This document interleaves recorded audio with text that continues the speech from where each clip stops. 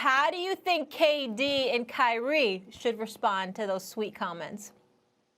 I think they'll respond with just play. You're talking about two veteran guys there, and they'll just respond with their play, opposing to going back with the Twitter and all the other stuff. It's going to be their play.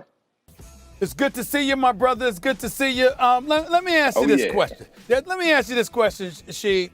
When you look at this Philadelphia 76ers team, now obviously I saw Kevin Durant, Kyrie, James Harden. I'm like, they're going to the damn finals. I don't give a damn what defensive problems they had at the beginning of the season. They're going to the damn finals. Who's going to stop these boys?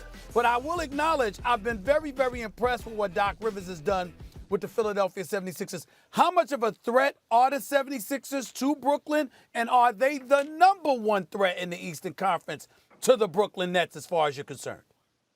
Well, you definitely got to say that because don't get me wrong, Brooklyn has a trifecta. You know, they have three great players with Kyrie, Honey Bun, and KD.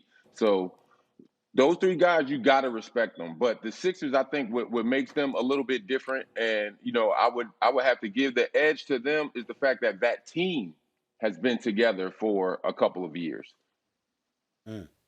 So you got the Philadelphia. Hold on, Max. You're giving the edge to the 76ers? Like they're the team you're picking to come out of the East? Well, all right, forget it. I'm going to go ahead and say it, Yeah, okay. Yeah. I mean, don't dance. You ain't been dancing before. Don't dance now. Okay, go ahead. Go ahead, Max. Show up with a P on the hat. Show up with a P on the hat and take the Philadelphia team. Simon Gratz in the house. Sheed, wait a minute. Philly. Hold on a second. I understand taking the Sixers in this game. Nets coming off second of back-to-back. No James Harden. But just like your 04 Pistons team, to me, was the greatest defensive team in the history of American team sports. Apologies to Ravens teams in football and Cardinals teams in baseball. I've never seen defense like that in any sport, right?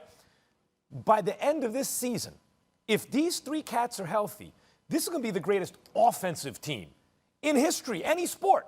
When they haven't even played together, they were doing the Western Conference, just Harden and Kyrie. You're taking the Sixers to beat a fully loaded Brooklyn team?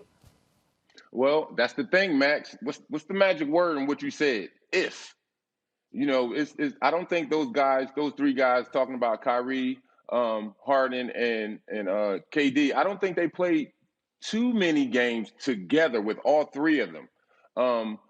It's always one guy sitting out. You know, it could be KD and James Harden playing, and you might have Kyrie sitting out for personal reasons. Then you could have Kyrie and KD playing. Then you got Harden sitting out for, you know, whatever reason, injuries or whatever. But like you said, if those three guys are healthy, and then on the other side of it, I would give that to the Sixers because, especially, and here's my if Embiid is healthy.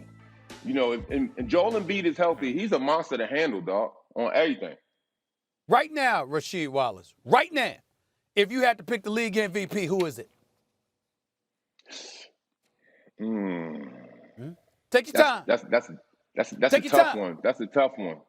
That's a tough one, Steve, because, you know, everybody hasn't played in all of the games. You know, I want to say Embiid, but you know, he hasn't played in all of the games because of, you know, health reasons or whatever. But it's tough. But right now, I would have to give it to Dame myself because he's played in the majority of all the games.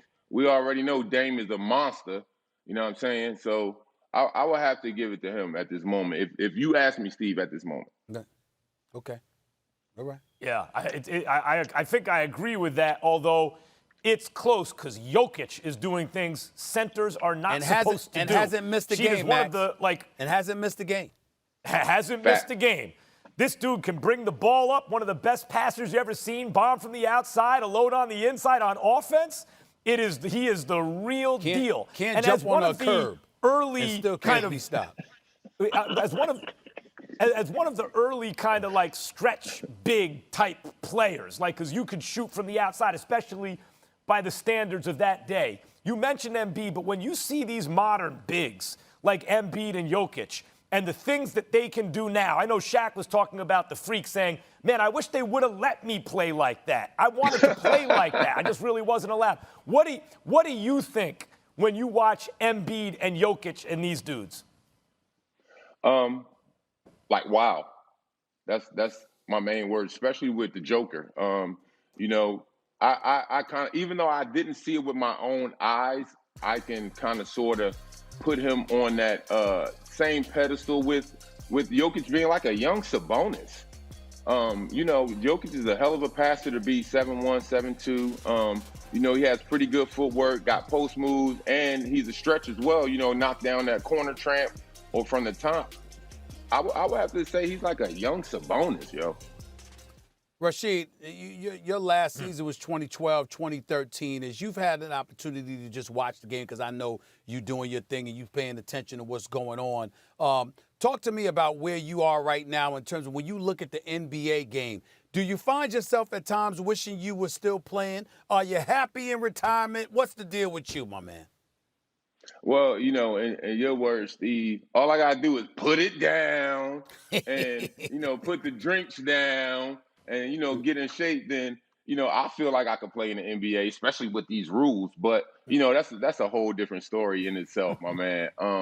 You know, it's just a different breed now. You know, I'm not disrespecting any of the younger players or any of the guys that's playing in the league right now, but they're on a different page. You know, of course, when I played back in the 90s and the early 2000s, it was all about physicality and, you know, defense. And of course, the NBA didn't like that because offense sells tickets. So with the way that the league is now, you can't really touch guys and this and that. And it's a whole different mentality. But that's why you got a whole bunch more offense going on. So, you know, guys aren't really too focused on defense. I don't even know if coaches really teach defense. Thanks for watching ESPN on YouTube. For live streaming sports and premium content, subscribe to ESPN+.